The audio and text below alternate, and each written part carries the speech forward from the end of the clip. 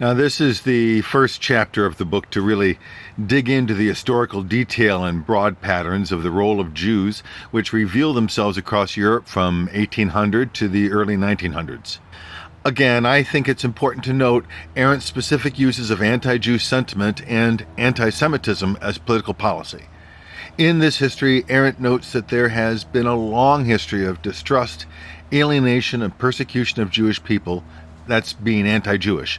But this takes an alarming turn in the formation of the modern nation-state across Europe as it tests and consolidates power, often resulting in political policies against Jews, anti-Semitism. Yes, anti-Semitism does foment a popular resentment and hatred of Jewish people, but this is because that resentment is propagated by the state for purposes of political power, and the state has created other policies which direct anger at other marginalized groups.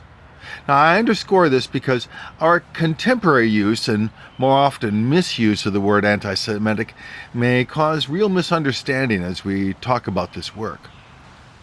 So there's no way I'm going to handle all the nuances and details that Arendt packs into these pages. But I'm going to try to offer a few of the more salient points and see where that takes us. The first is that as the rise of the modern nation-state, think here of the overthrows of monarchies such as revolutionary France in 1789, the new state, being at least on paper, was a more egalitarian and democratic institution.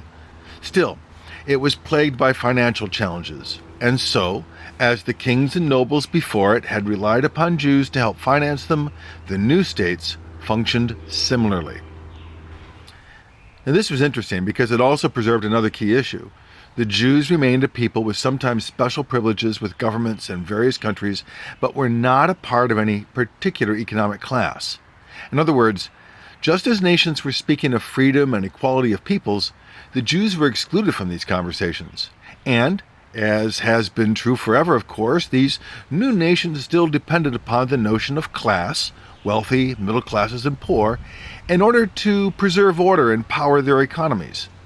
The Jews sat apart from most of all this, connected to the state, but not the social world of its people. Then, in the late 1800s, the nations of Europe began more imperialist ambitions. Their economies were soon powered by global trade and colonialism. Their reliance upon Jewish finance decreased. In other words, the Jews began to be understood as a wealthy people without real purpose. This wealth without function role is one Arendt warned us about in Chapter 1, and here it is. They became a prime target for political forces that might want to use them. I'll point out, too, for those thinking about this, that yes, the poor Jews and the more educated Jews were kept off the political stage completely. So we're talking right now about the relatively small group of wealthy financiers amongst the Jewish population, those that were publicly visible. And this gets us to the third of Arendt's key points. The Jews were, of course, used for political purposes by both wealthy and the poor in their own efforts to bring down this new nation-state idea.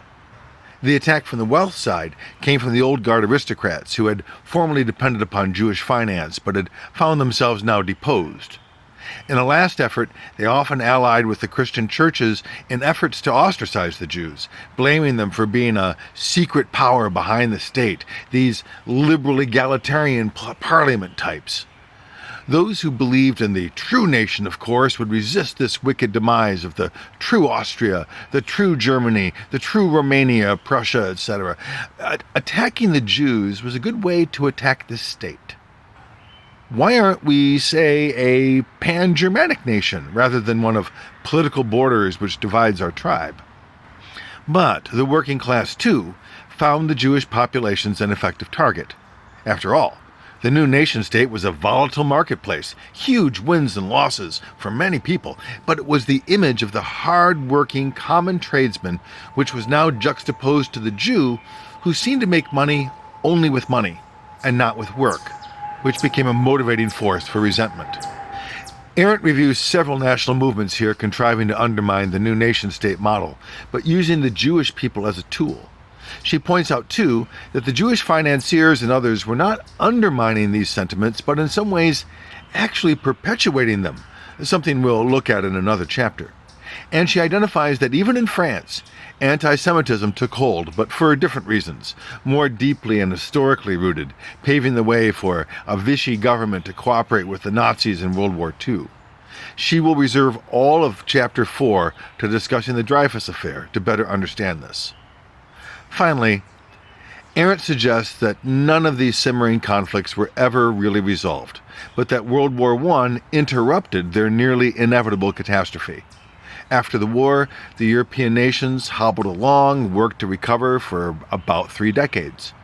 But the Jews, rather than work collectively on the public narrative, chose instead to double down on this wealth without function image and stepped instead into the social spheres of Europe. Now, we haven't seen much of the imperialist dimension of rule that Arendt is here foreshadowing, but we can see that a number of broad forces are at work here, with economics seeming to be the decisive element, even over tribalism, nationalism, and class loyalties. What I found most interesting is how every single political movement described here across Europe and across all different alliances of peoples, and despite the final goals that they might have, every single one of them seems to create a fictional narrative which makes enemy of a marginalized group. Now, as a literature guy, this surprises me not a bit. Story and its creation of heroes and role models and themes of triumph demands antagonists. And an industrial age empire-building Europe, the Jewish people are a clear choice, not a formal part of any society, but a private, privileged, and fading participant in government finance. They can easily be made to endure the weight of displaced struggles and resentments of others. What I also want to mention is that Arendt is pretty even-handed in one particular criticism, which I largely agree with, though with several asterisks or caveats. That is, that it seems that everyone, on all sides, places, and times, was unreflective of the impacts or consequences of these early dress rehearsals for the upcoming catastrophe. My own reservations here have to do with predicting futures, the power of hindsight, especially from an historian doubtless surrounded by books and documents on the table before her, able to sit at length with no real ambition but this very question. 2, I wonder that even in the details she pursues, we are doubtless missing dozens of stories on the ground in that historical real time where discussions and warnings actually occurred, where debates at tables for dinner or for politics were part of a habit of discourse. I mean, it's easy, isn't it, to ask, why didn't they see it coming, any of them? Why didn't they do something? Still, Arendt is working almost exclusively from primary documents. That is, from records and journals and reports from the time. She has what they were writing about, and she offers very few, if any, records that folks sat down to reflect on what they were seeing, but were as likely rushed along to their next job or the next bit of news or the next scandal. We don't know anything about that, do we? Instead of weekly or even once daily newspapers, we have a bombard of stories relating crises everywhere, so many that we hardly have time to discern the important from the unimportant, let alone take genuine time to turn over, consider, recognize patterns, revise our thinking, and strategize with others. Instead, we're compelled ever to the next near immediate action, to commit money and voice, and we may or may not be wrong or just in the activism we invest in. But what we cannot say is that we have reflected upon the larger narrative and consequences our movements will birth. In the next chapter, Arendt will take a longer look at the various roles Jews themselves took in this story and add another dimension for us to think about: our conceptions of vice and of crime. Thanks for listening.